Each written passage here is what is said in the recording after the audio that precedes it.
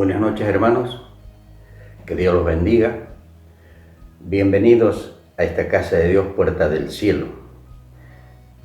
Y continuamos con la actividad de la iglesia. Los templos están cerrados, pero la iglesia no se cierra. La iglesia sigue con actividad y quizás con más dinamismo que antes. Hoy vamos a traer un mensaje que le he puesto el título La visión de Dios.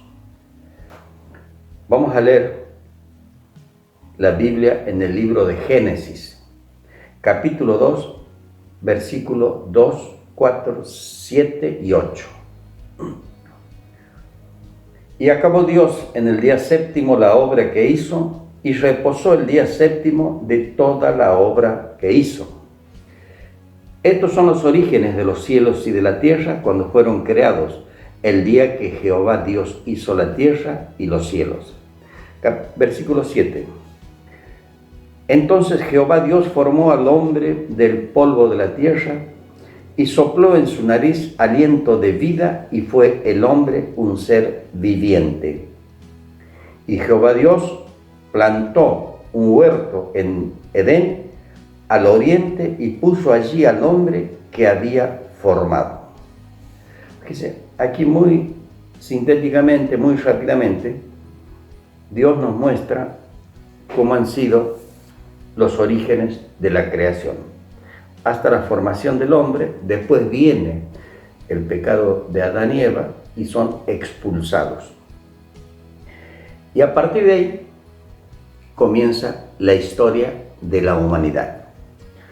Y fíjense, el Señor en la Biblia nos habla de toda la historia de Israel, del pueblo de Israel.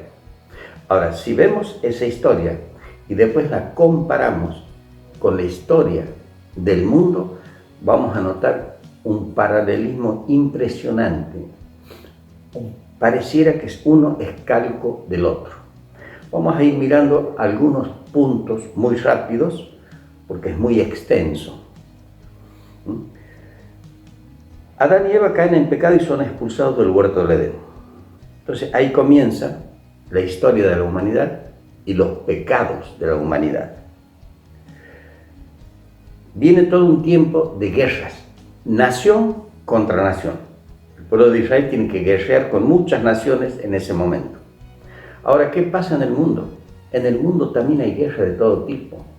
En el siglo pasado hemos tenido la Primera y Segunda Guerra Mundial, en donde se cree que han muerto más o menos 100 millones de personas.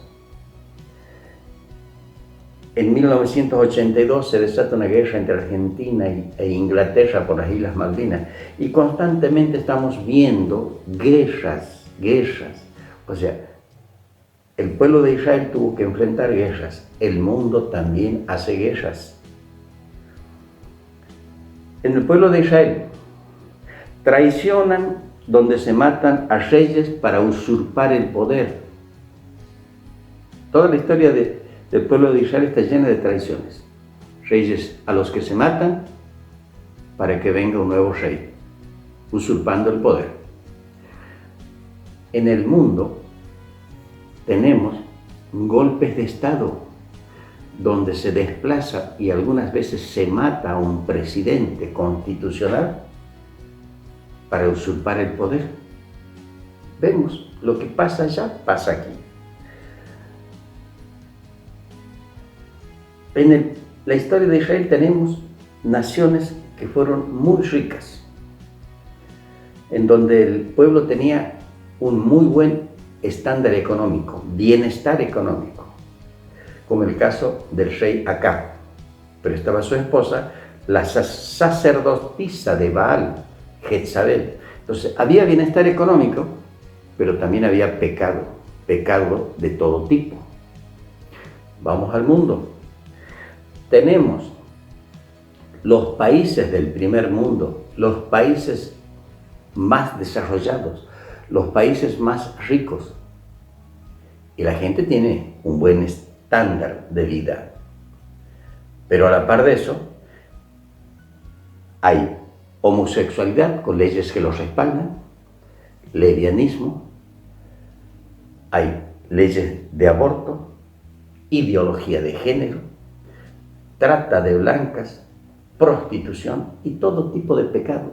Actualmente tenemos eso, igual que en la época del pueblo de Israel en gobiernos como Acab y Jezabel. El gobierno del rey Salomón, un gobierno en donde hubo mucha prosperidad, y Salomón debe haber sido uno de los hombres más ricos de la historia, pero en los últimos tiempos el pueblo de Israel vivía en la miseria, vivía empobrecido. Actualmente hay países en donde sus gobernantes viven en la abundancia, tienen hermosos palacios, tienen aviones privados, tienen yates, tienen 10, 12 o 15 autos de los más caros, últimos modelos. Pero a la par de eso, hay un pueblo que tiene hambre, niños que mueren por desnutrición, por falta de alimento. Vemos lo mismo, el pueblo de Israel, gobernantes ricos con pueblo pobre. Hoy pasa lo mismo, gobernantes ricos, muy ricos, con un pueblo exageradamente pobre. En la historia de Israel, muchas naciones quisieron destruir al pueblo de Dios. Los filisteos, Siria, Asiria, con Nabucodonosor al frente. Hoy, los países árabes quieren destruir a Israel también. Tenemos ese paralelismo. El pueblo de Israel fue cautivo en Egipto y también en Babilonia. Fueron esclavizados. El pueblo de Israel fue cautivo y esclavizado en la Segunda Guerra Mundial, con Hitler a la cabeza, y se mataron 6 millones de judíos. No solamente pasó aquella época, sino que también ahora está pasando. Dice la palabra de Dios cómo se manejaba la economía en los primeros tiempos del cristianismo. Todos vendían sus heredades y traían el precio de lo vendido y lo depositaban a los pies de los apóstoles. Y con ese dinero los apóstoles repartían entre la gente según la necesidad de cada uno y no había ningún necesitado. Así dice la palabra. Pero después aparece Ananías y Zafira, en donde dice: hemos vendido la propiedad a tanto, y se quedan con una parte del precio. Mienten, Dios los castiga y mueren. Había una muy buena administración de la riqueza en ese momento, en el pueblo de Dios. Pero también había corrupción, había inmoralidad. Hoy hay países que administran bien, pero la corrupción y la inmoralidad está presente. Fíjense el gran paralelismo entre la historia de Israel y la historia del mundo. Si nosotros conocemos la historia del pueblo de Israel, vamos a conocer la historia del mundo. Entonces, ahí nace una pregunta: ¿y si a través de la Biblia puedo conocer la historia de Israel y a través de la historia de Israel puedo conocer la historia del mundo? ¿Para qué voy a estudiar historia? Esa pregunta salta. La cosa es así. Te vas al médico porque tienes ciertos síntomas: dolor de cabeza, mareo, sueño, dolor en un lado, dolor en otro. Entonces vos le explicas al médico todos los síntomas que tiene. Y en base a esa sintomatología, el médico te pide una serie de estudios: análisis de esto, análisis de aquello, radiografía, tomografía, varios estudios, o quizás todo. Te haces esos estudios y vuelves. Entonces el médico ve: Ahora, con tus síntomas, el médico ya sabía cuál era tu enfermedad. Y cuando le traes los estudios, el médico lo que hace es confirmar lo que él ya sabía. Los estudios para confirmar, no es para determinar la enfermedad, sino para confirmar la enfermedad que el médico ya había detectado. Ahora, en el caso de la historia de Israel y la historia del mundo, sí que tienes que estudiar si es que te gusta y tienes posibilidad. Ahora, una vez que has estudiado y si además conoces la palabra de Dios, te vas a dar cuenta del gran paralelismo que hay entre la historia del mundo y la historia de Israel. Entonces, si vos estudias la historia del mundo, cuando la conozcas, lo único que vas a hacer es confirmar lo que la palabra de Dios ya te venía contando o diciendo. Entonces, no se puede negar el estudio, porque si uno llegara a decirte no estudies historia, es como decir al médico no pidas los estudios para confirmar la enfermedad que ese paciente tiene. Entonces, eso por un lado. Ahora vamos a otro lado. Hemos visto lo que es la historia.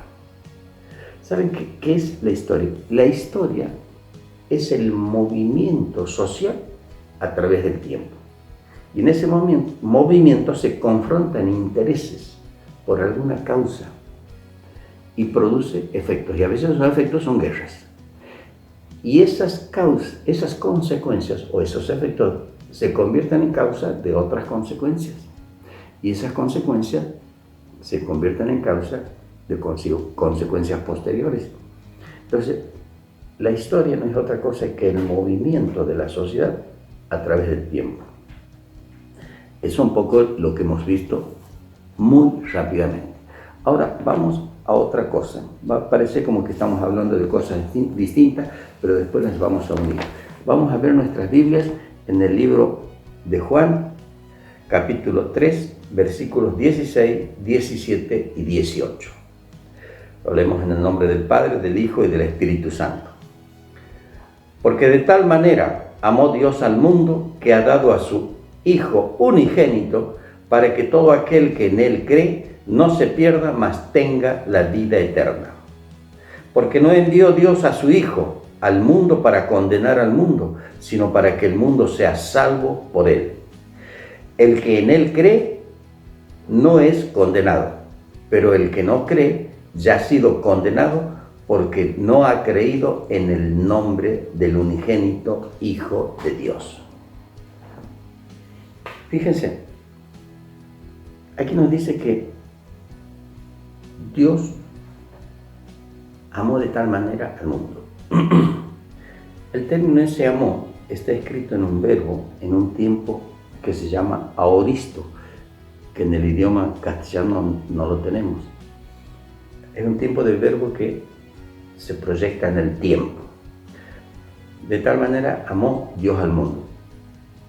Lo correcto es, de tal manera amó, ama y amará Dios al mundo.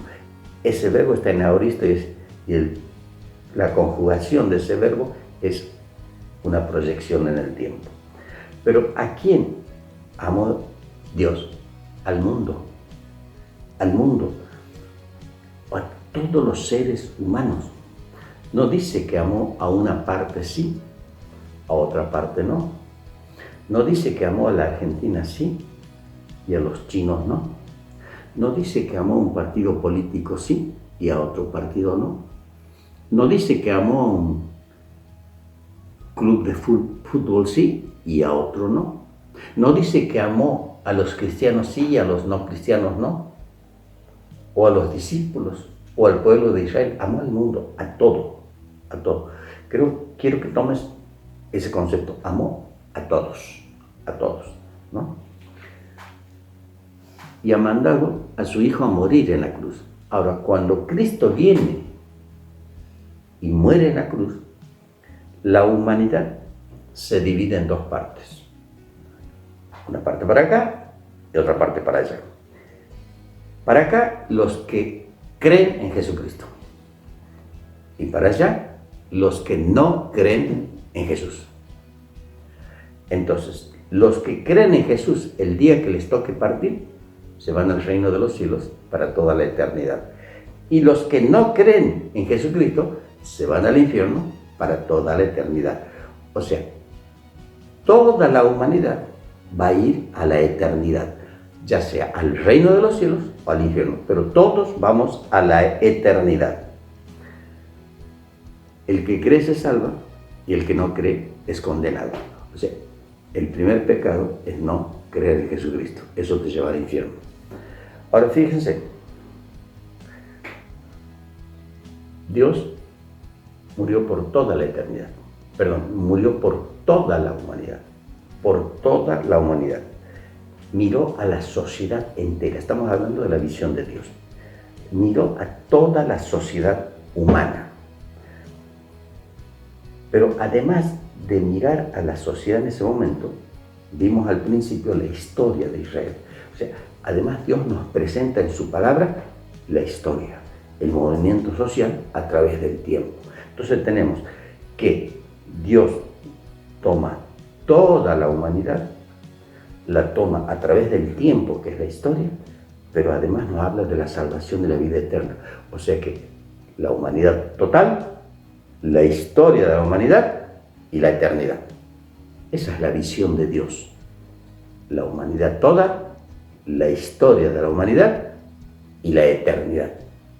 ¿Qué es la visión que deberíamos tener todos los cristianos? O sea, mirar toda la humanidad ya es una mirada amplia, es una visión amplia.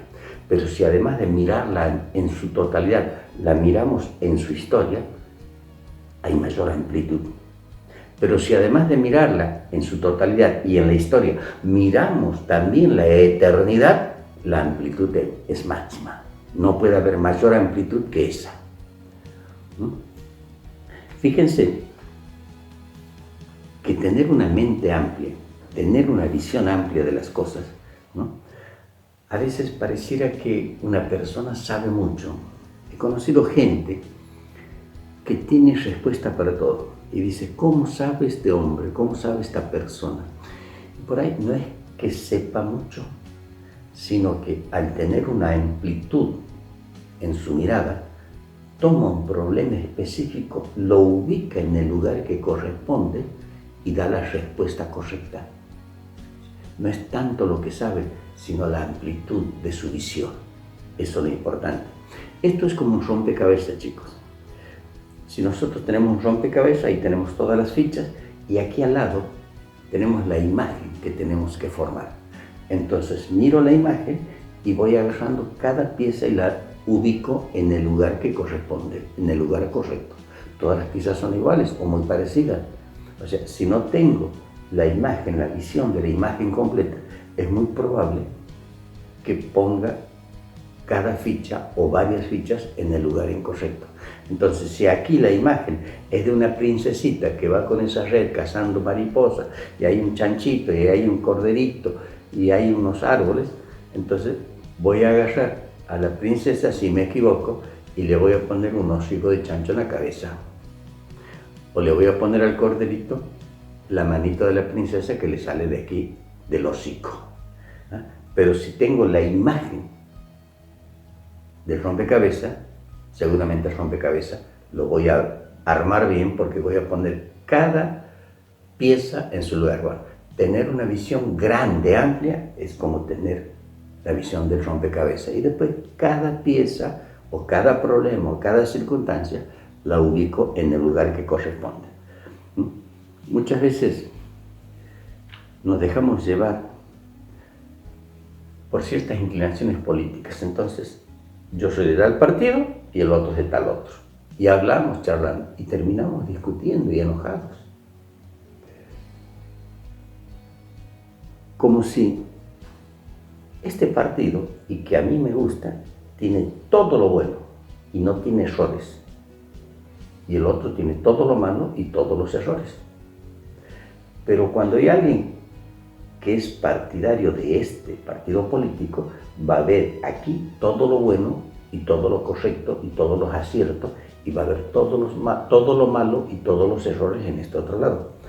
Entonces, no nos pongamos de parte de ningún partido político, no nos pongamos. Miremos un partido, el otro, el otro, el otro, en este momento, y además en la historia hay otros partidos que han ido desapareciendo. Entonces, miremos a todos los partidos políticos como parte de ese movimiento de una sociedad. Miremos a toda la sociedad y en la historia de la sociedad los distintos partidos y cómo se mueven y qué propuestas traen. Por ejemplo, hay gente muy adinerada y que está en el campo, tienen grandes estancias, se dedican a la agricultura, una actividad agropecuaria. Y aquí al frente tienes gente que se dedica a la industria, grandes industriales, grandes comerciantes, empresas grandes. Entonces viene un gobierno que por su plataforma política favorece a la gente del campo. Entonces la gente que es del campo dice, este es el mejor gobierno, y va a alabar y todo lo bueno es de ese gobierno. Pasa el tiempo, hay otro partido que gana y este partido favorece a la industria, a las grandes empresas de la ciudad. Entonces los empresarios y los industriales van a decir, este es el partido político, bueno, el otro no servía. ¿Por qué? Porque cada uno está de acuerdo u opina de acuerdo a los intereses y al partido que defiende esos intereses. Pero resulta que puede aparecer un tercer grupo, que son los gremialistas.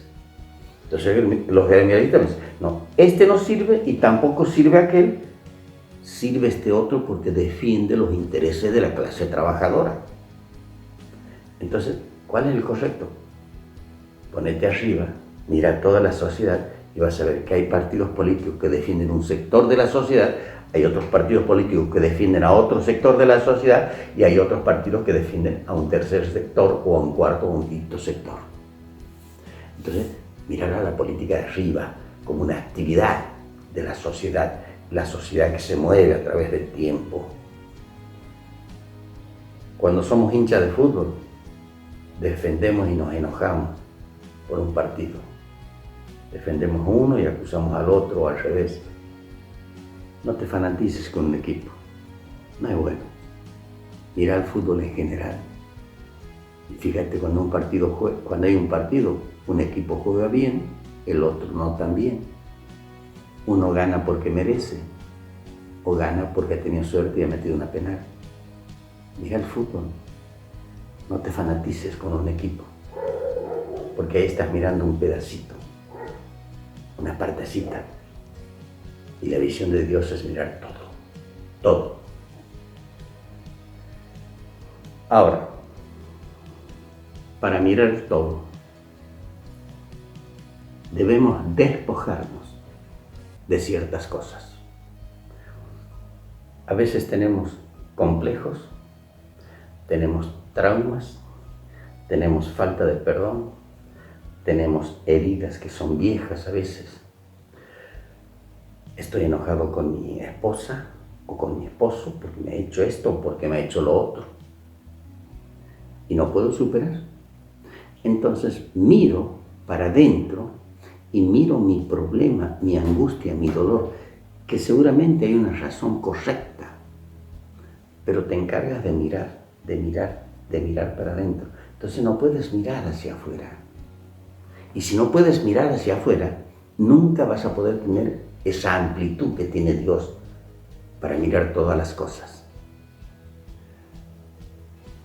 Si quieres mirar para afuera, sí, hay una manera, y empiezas mirando para adentro, porque dentro tuyo vive el Espíritu Santo de Dios.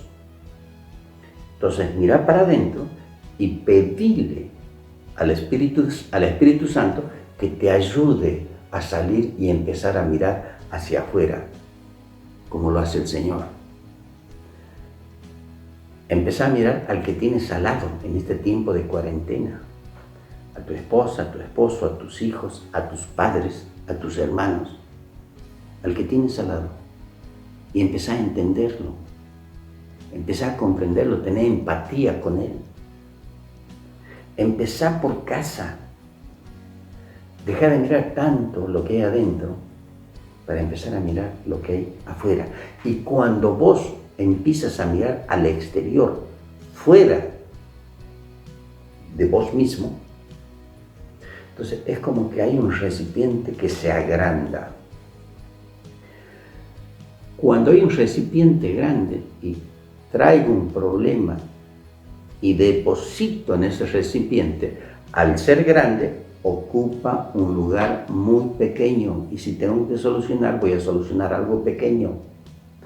Pero si me dedico a mirar nada más que lo que tengo, mi dolor, mi problema, mi angustia, entonces es como que ese recipiente se achica y ese problema ocupa la totalidad del recipiente, o sea, ocupa la totalidad de mi vida.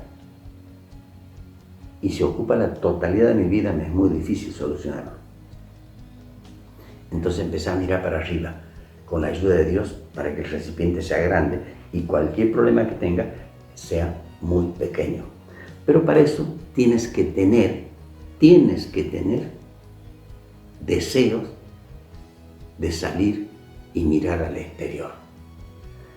Tienes que tener voluntad.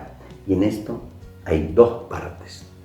Una parte es la decisión humana, la voluntad humana, y la otra parte es la de Dios. Entre los dos podemos salir de dentro nuestro y empezar a tener esa visión tan grande como la que tiene Dios. Mirarla a la sociedad en su totalidad, mirarla a la sociedad a través del tiempo y llevarla hasta la eternidad.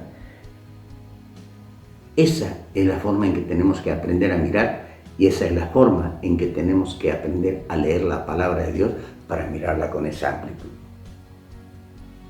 Vamos a orar. Padre, Señor, bendito Dios, en el nombre de Jesús, hemos predicado tu palabra, esa hermosa palabra, esa hermosa verdad, la única verdad que aceptamos.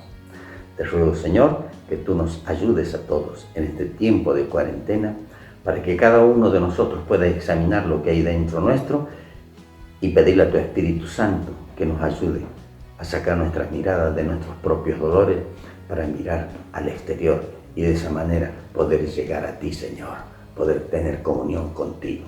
En el nombre de Jesús, gracias, Señor. Gracias, Señor. Amén, amén y amén.